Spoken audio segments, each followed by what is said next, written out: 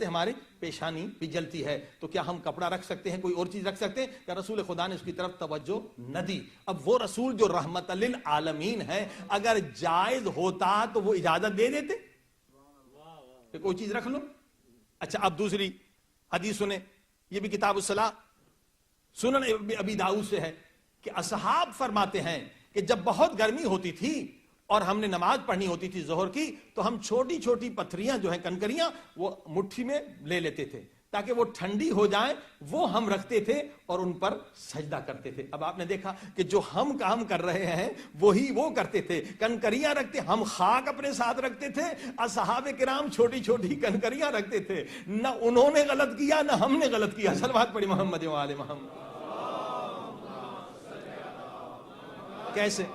کیسے brain wash کیا جاتا ہے نا، کیسے ذہنوں کو خراب کیا جاتا ہے۔ عزیزان گرامی، یہ سب جہالت ہے۔ مقصد پتہ ہونا چاہیے، جو چیز آپ کرتے ہیں اس کا مقصد، فلسفہ اور اس کی تاریخ پتہ ہونی چاہیے۔ کیوں ہم خاک شفا پر سجدہ کرتے ہیں؟ پر اس کو نہیں کرتے جس کو سجدہ کیا جاتا ہے وہ سامنے رکھا جاتا ہے، یہ نہیں کہ اس پر سجدہ کیا جائے۔ بت پرست جو ہے بت پر سجدہ نہیں کرتے، وہ بت کو سامنے کرتے ہیں اور اس کو جھکتے ہیں۔ صلوات پڑھی محمد و آل محمد۔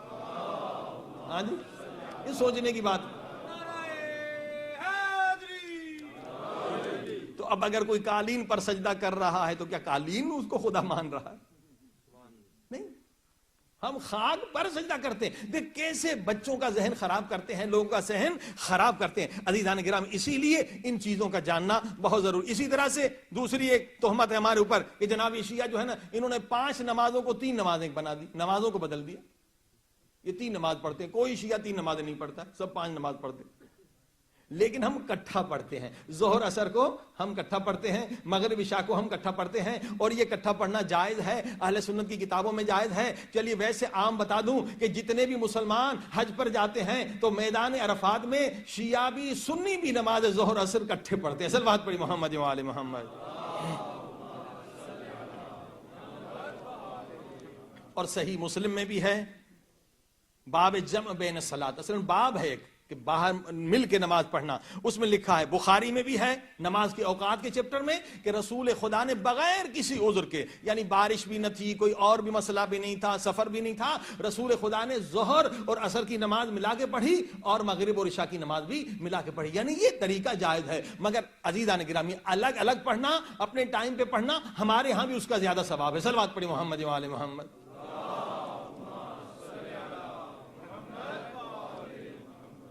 یہ جتنے چھوٹے بڑے اعتراض ہوتے ہیں ان کا جواب آپ کو آنا چاہیے۔ یہ جواب تب آئے گا جب آپ کو مقصد کا پتہ ہوگا۔ اگر آپ کو خود مقصد کا پتہ نہیں، آپ جواب نہیں دے سکتے۔ اب ہم اعتراض کرتے ہیں یہ شیعہ لوگ جو ہاتھوں میں کڑے پہنتے ہیں، یہ کڑے تو سکھ پہنتے ہیں، لہذا سکھ بھی کافر ہیں، شیعہ بھی کافر ہیں۔ توجہ فرمائیں۔ اب یہ جو ہم کڑا پہنتے ہیں، ہمارا عقیدہ وہ نہیں جو سکھوں کا ہے۔ اب کڑے ہمارے لوگ پہنتے، کیا عقیدہ ہے؟ جب تک کہ مقصد پتہ نہیں ہوگا آپ کسی کا جواب نہیں دے سکتے۔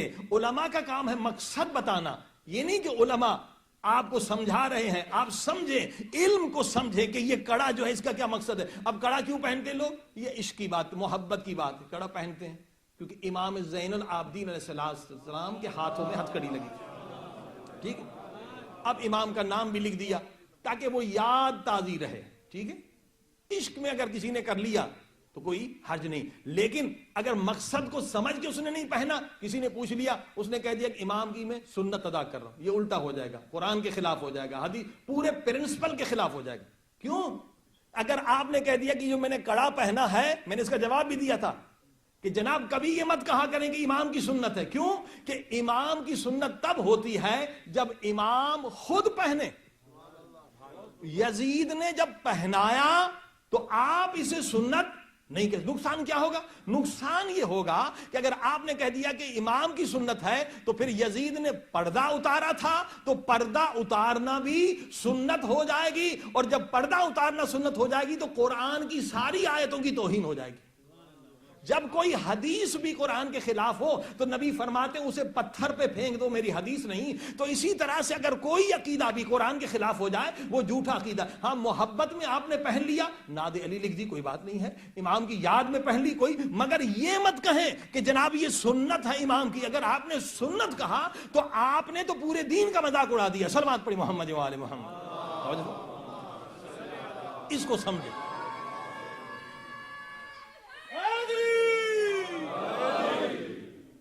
اب بعض لوگ جو ہے اس کا جواب دیتے ہیں, وہ ہم بھی جواب دیتے ہیں.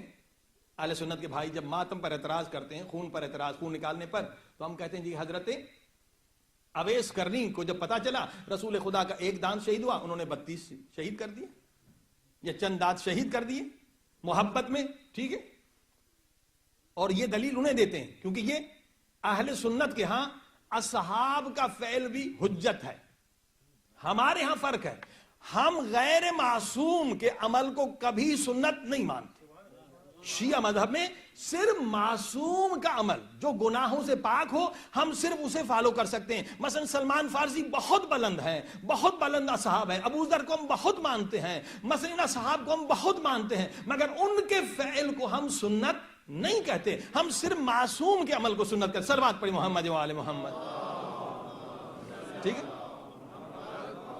ہم میں یہ فرق ہے. تو ہم اہل سنت کے لیے دلیل لاتے ہیں کہ دیکھو انہوں نے دان توڑ دیے, محبت میں توڑ دیے, عشق میں توڑ دیے. لہذا عشق میں اگر کوئی انسان یہ کام کرے تو وہ کوئی گناہ نہیں ہے. عزیزان گرامی, جس طرح سے ہم اگر عیسائیوں سے مناظرہ کرتے ہیں تو ان کی بائبل سے ہم جواب دیتے ہیں, تو کیا بائبل جو اس وقت بائبل ہے اس پر ہمارا ایمان ہے؟ ایمان نہیں ہے. مگر کیونکہ وہ بائبل کو مانتے ہیں, لہذا اسی طرح سے جب مناظرے کا یہ فن ہوتا ہے, آپ سامنے والے سے بات کرتے تو اس کی کتاب سے دلیل دیں. ان کے ہاں اہل سنت کے ہاں, کیونکہ ان کے اصول میں یہ چیز شامل ہے کہ ان کے ہاں اصحاب کا عمل حجت ہے, یعنی وہ بڑی دلیل ہے کہ اصحاب نے جو کام کیا وہ حجت ہے. مگر ہمارے ہاں اصحاب کا ہم احترام کرتے ہیں, اتنے بڑے بڑے اصحاب, ان کا احترام کرتے ہیں, مگر عمل اس کا حجت ہے جو معصوم ہو, ہر گناہ سے پاک ہو. صلوات پڑھے محمد و آل محمد. توجہ فرمائیں.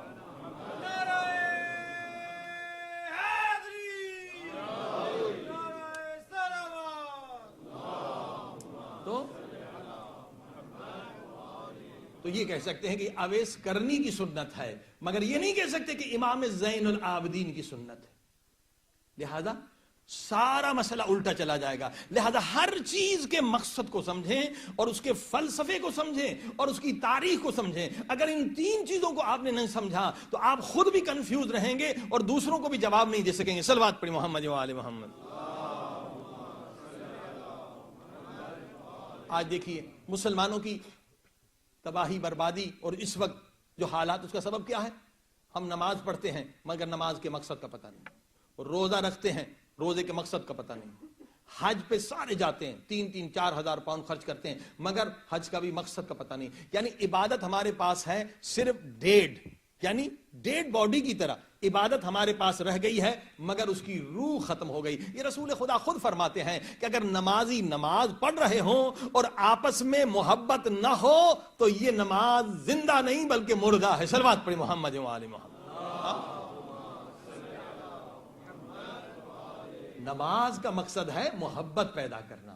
یہ سینٹرز میں آنے کا مقصد کیا ہے؟ پیس آف مائنڈ ہو, سکون ہو اور محبت زیادہ ہو. اگر یہیں سے ہم لڑ جھگڑ کر جائیں تو فائدہ ہی نہیں, یہیں سے ہم نفرتیں لے جائیں تو ہم نے مقصد کو بالکل قتل کر دیا, مقصد فوت ہو گیا. دیکھیں ایک رکعت نماز اکیلے پڑھیں ایک رکعت, لیکن یہاں پر اگر آ جائیں تو ایک رکعت کتنا ہو جائے گی؟ کہتے ہیں اگر 10 سے زیادہ نمازی ہوں تو آپ کی نماز, اس کا ثواب اتنا زیادہ ہے کہ کوئی انسان بھی شمار نہیں کر سکتا, فرشتے بھی شمار نہیں کر سکتے.